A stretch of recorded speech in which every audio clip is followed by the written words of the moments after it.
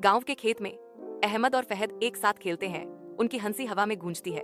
उनकी दोस्ती स्पष्ट है क्योंकि वे हर चुनौती में एक दूसरे का समर्थन करते हैं। अहमद पूछता है, क्या मैं तुम्हारी किताबें उधार ले सकता हूँ? मेरी खो गई हैं। फहद ने जवाब दिया, माफ करना, मुझे वे खुद चाहिए। अहमद अप्रसन्न महसूस करता है लेकिन कुछ नहीं कहता। गांव की सड़क पर फहद की साइकिल खराब हो जाती है जिससे वह फंस जाता है। फहद अहमद से अपनी साइकिल उधार लेने के लिए कहता है, दोस्ती के एक साधारण कार्य की उम्मीद करते हुए। अहमद ने फहद के अनुरोध को ठुकरा दिया, उसे याद दिलाते हुए, नहीं, तुमने मना कर दिया था जब मुझे इसकी जरूरत थी। एक गर्मा गर्म बहस छिड़ जाती है जिससे उनका बंधन टूट जाता है और ग्रामीणों को झटका लगता है।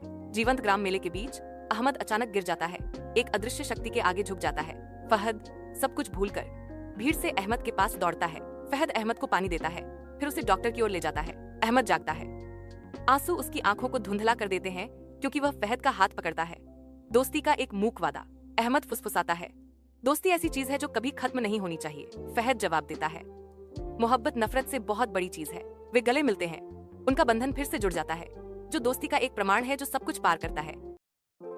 गांव के दिल में अली और बिलाल हंसी और खुशी साझा करते हैं। उनका बंधन दोस्ती का प्रतीक है। ग्रामीणों ने देखा, उनके चेहरे अली और बिलाल की दोस्ती की गर्मी को दर्शाते हैं। बिलाल प्रलोभन से जूझता है, उसका चेहरा लालच और संघर्ष का युद्ध क्षेत्र है क्योंकि एक बड़ा सौदा दांव पर लगा है।